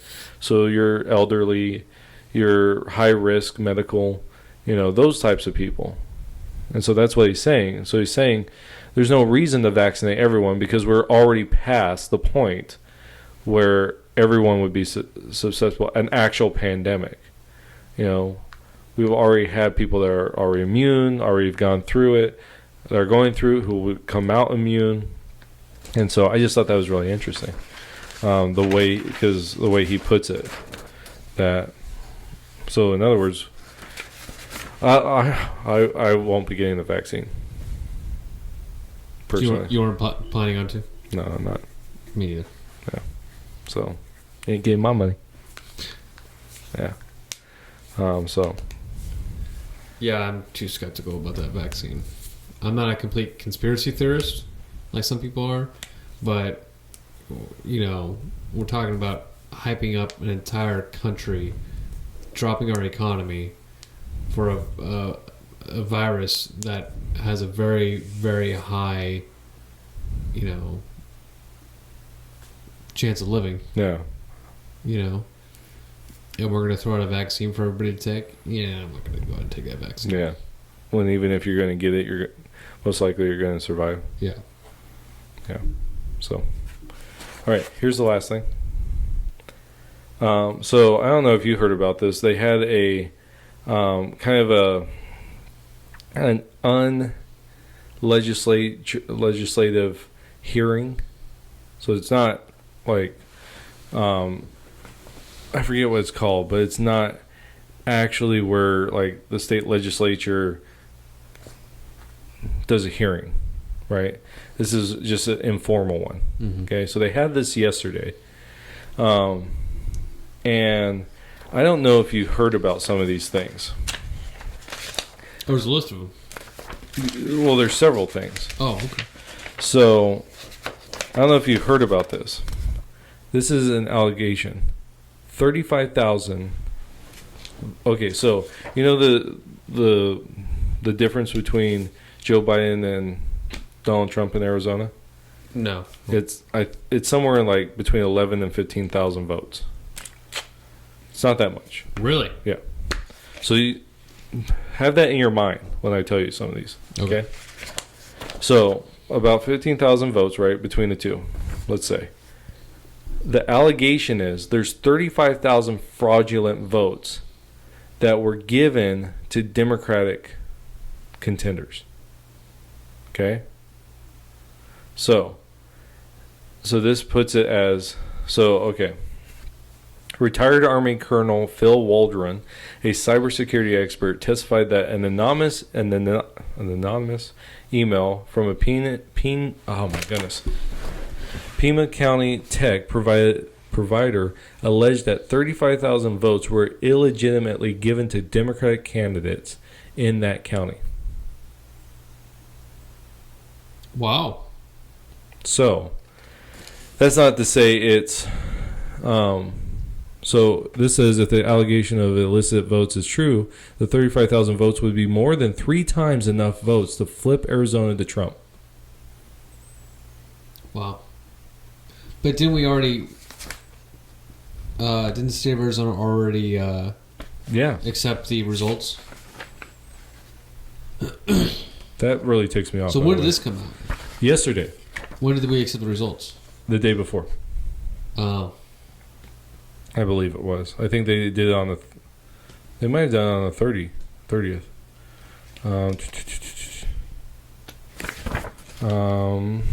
I have it right here. Yeah, November 30th. The same day, the governor came out and said that they're certifying it. So the same day that this is being alleged, our governor, who I have defended, did this. That he said we're going to certify these votes. If 35,000 are false, that means that Trump won this state. Okay? But that's not the only thing. It's not like it's 4,000 votes and it's like, all right, we're really... I mean, it's still quite a bit of votes, don't get me wrong. Right. But when it's changing the election or that state, yeah, you should probably take a look into it. Yeah. Right. I wonder if the governor's like, you know what, I just don't want as much news coverage. Yeah, he just wants to be done. Like Georgia and Michigan, you know? Yeah. Okay, now here's another one. Absentee ballots and duplicate ballots, okay? This is what one of Trump's team guys said. This guy presented data asserting the only way for Biden to have statistically caught up with Trump after trailing him early on was if the registered Democrat votes were 130% in favor of Biden and negative 30% for Trump. Wow. So that means that so Democrat votes, right, would have to go beyond. Skyrocket. Yeah. To over 100%. So that means you would have to have 100% of voters and then 30 extra percent of unknown voters voting Democrat. This is for the state of Arizona, right? This is for the state of Arizona. And minus 30% for Trump. So in other words, 160% would have to come through. Okay? Now, this guy, or someone else, Anna Horth, she says there are 2,000 duplicate ballots in Pima County. So if you had 35,000 votes, right, plus another 2,000, you're up to 37,000, right? So I see this. So this comes from this one. This is I don't know. This guy, Political News, Daily Signal. But then I also heard that some of these things, like a bunch of them, they weren't filled out all the way. So the sex of the person wasn't filled out. Their street address, a bunch of them were an empty parking lot. So they just, like a whole bunch of them, was just, their address was an empty parking lot. So you have all these problems, right? And yet the governor certifies the election. I hope they're going to take this to court and stop it and say, no, you can't. There's too much fraud. And we had talked about how if they can stop it, all they needed Pennsylvania, Nevada, right, and one other state, and that would be Arizona.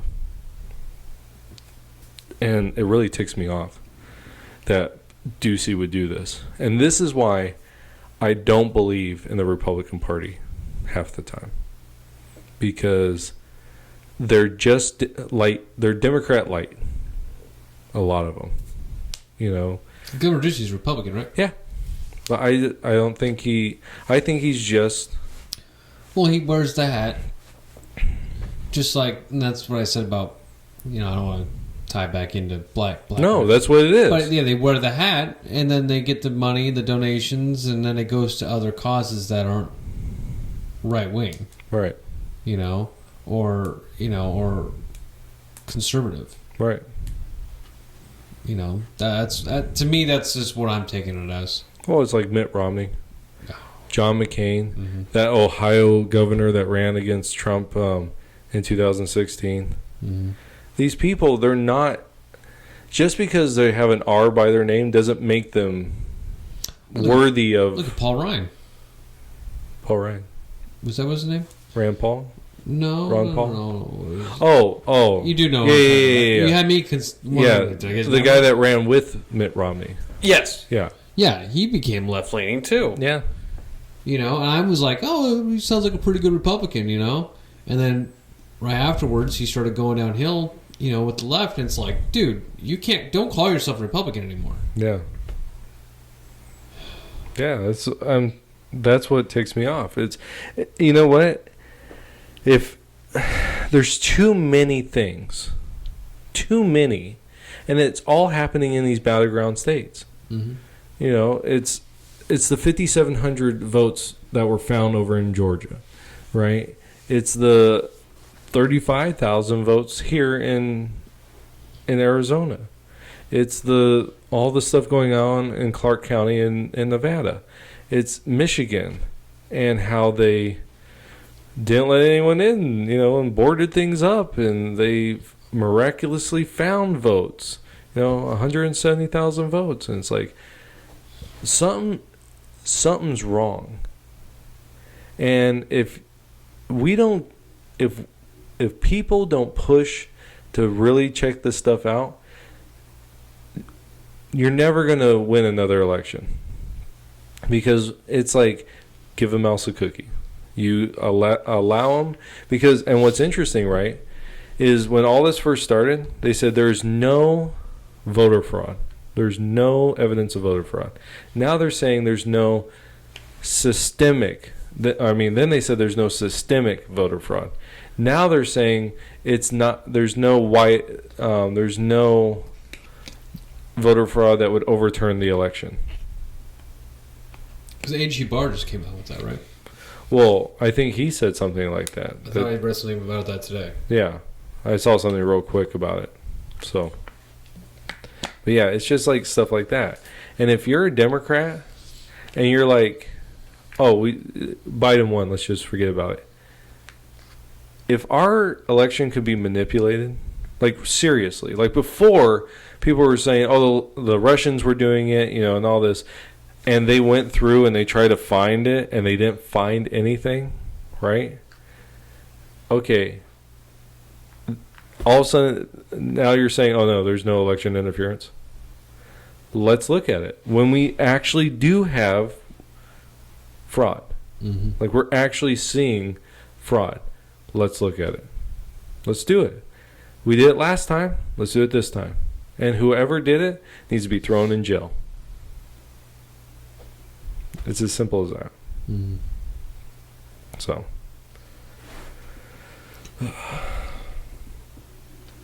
Podcast was a mouthful. Yep. I know, we covered a lot. We really did. I'm happy. Good. I feel satisfied. Good. Do you? I'm satisfied when you're satisfied. Oh. Well, do you want to know this one here? Sure. All right. Well, if you guys stayed for the whole thing, thank you so much for listening to this podcast. If you guys want to watch more of this podcast, hit the subscribe button. And if you guys like this episode, please hit the like button and leave your comments below on what you guys think we can go ahead and do better on this podcast, if there's any other topics you guys would like us to discuss, and whatever. So, but on that note, we'll see you guys in the next podcast. Take care. Bye. Good morning, Sunday morning.